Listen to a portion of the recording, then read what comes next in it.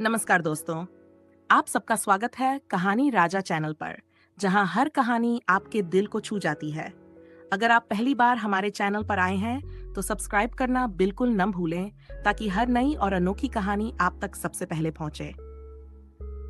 तो चलिए दोस्तों, बिना समय गवाए शुरू करते हैं आज की रोमांचक कहानी। ये लो रास्ता। अध्याय 1। अंधेरी रात की शुरुआत। रात काली थी। आसमान में घने बादल और पेड़ों के बीच से बहती ठंडी हवा। गांव से बाहर जाने वाला रास्ता हमेशा से डर और रहस्य से भरा माना जाता था। लोग उसे रहस्यमयी रास्ता कहते थे। अरविंद, जो कई सालों बाद गांव लौटा था, उस रास्ते पर जाने की जिद कर बैठा। नानी ने रोका, मत जाना बेटा, वहां से लौटकर लोग पहले जैसे नहीं रहते। अरविंद ने मुस्कुराकर कहा, अरे नानी, ये सब अंधविश्वास है। मैं आज ही देखूंगा आखिर ऐसा क्या है वहां। रात होते ही उसने टॉर्च उठाई और उस रास्ते पर कदम रखा। अचानक उसे ठंडी हवा ने घेर लिया। कानों में किसी की फुसफुसाहट गूंजी, मत आओ, लौट जाओ। वह छिट गया। चारों ओर अंधेरा, मगर सामने धुंध में एक परछाई उभरी। अरविंद कांपते स्वर में बोला, कौन हो तुम? सामने आओ। परछाई धीरे धीरे पास आई और रहस्यमयी आवाज में बोली, सच जानना चाहते हो तो आगे बढ़ो। अध्याय 2। गांव का सन्नाटा। सुबह होते ही अरविंद ने चौपाल पर सबको बताया कि उसने क्या देखा सुना। लोग चुपचाप उसे घूरते रहे। किसी ने हिम्मत नहीं की उसे टोकने की। तभी बुजुर्ग रामलाल बोले, हमने चेताया था अरविंद, वो रास्ता शापित है। वहां से लौटने वाले कभी चैन से नहीं जीते। अरविंद ने गुस्से से पूछा, लेकिन क्यों? आखिर वहां ऐसा क्या है? भीड़ में से एक बूढ़ी औरत कांपते स्वर में बोली, वहां सालों पहले खून हुआ था। मरा हुआ इंसान अब तक भटक रहा है।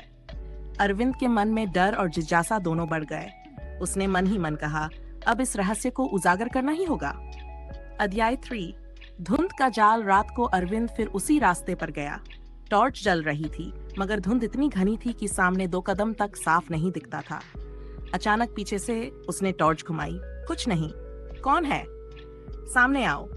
परछाइयां धुंध में से निकलकर उसके चारों ओर मंडराने लगीं। उसका गला सूख गया। एक परछाई धीरे से पास आई और बोली, अगर सच जानना है तो कब्रिस्तान में आओ। अध्याय 4। कब्रिस्तान की चीखें। अगली रात अरविंद कब्रिस्तान पहुंचा। टूटी कब्रें, जंगली घास और डरावना सन्नाटा। वह एक कब्र पर झुका ही था कि पीछे से आवाज आई, यहाँ क्यों आए हो बच्चे? वह मुड़ा। एक बूढ़ा फकीर खड़ा था। उसकी आंखों में अजीब चमक थी। फकीर ने कहा, जिसकी आत्मा तुम खोज रहे हो, उसका खून यहीं बहा था।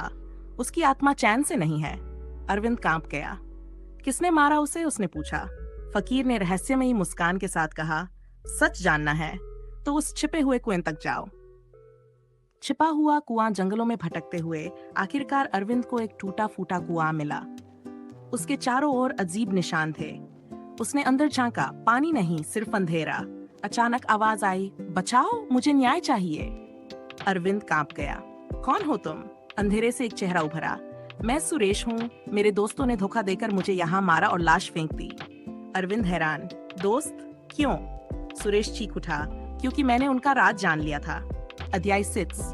गुनहगारों के नाम। अरविंद ने गांव वालों से पूछा। पहले सब चुप, फिर एक आदमी कांपते हुए बोला, सुरेश को उसके ही दोस्त रतन, मोहन और बलबीर ने मारा था।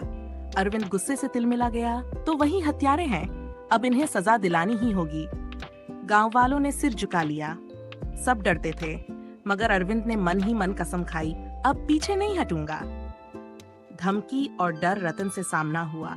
रतन हंसते हुए बोला, अरे वाह बहादुर लौंडा, तुझे लगता है तुम्हें पकड़वाएगा? हाँ हाँ। अरविंद ने डटकर कहा, तुम लोग ही हत्यारे हो, सच सामने आएगा। रतन की आंखें लाल हो गईं। अगर ज्यादा बोलोगे तो तेरी हालत भी सुरेश जैसी होगी। अरविंद ने गर्ज कर कहा, डरना बंद कर दिया है रतन, अब सच ही जीतेगा। अध्याय 8। खून का सबूत। हत्या की जगह पर अरविंद ने मिट्टी में दबा चाकू निकाला। उस पर जंग थी, मगर खून के धब्बे साफ थे। अचानक पीछे से बलबीर गर्जा, वो चाकू नीचे रख, वरना तेरी मौत तय है। अरविंद ने चाकू कसकर पकड़ लिया। चाहे जान चली जाए, सच अब नहीं रुकेगा। बलबीर गुस्से में भाग गया।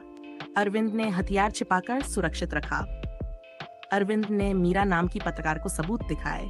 दोनों ने योजना बनाई कि पुलिस और मीडिया को बुलाया जाए। रतन को भनक लगी। उसने धमकी दी, अगर मुंह खोला तो गांव जला देंगे। रात को चौपाल पर सब इकट्ठे हुए।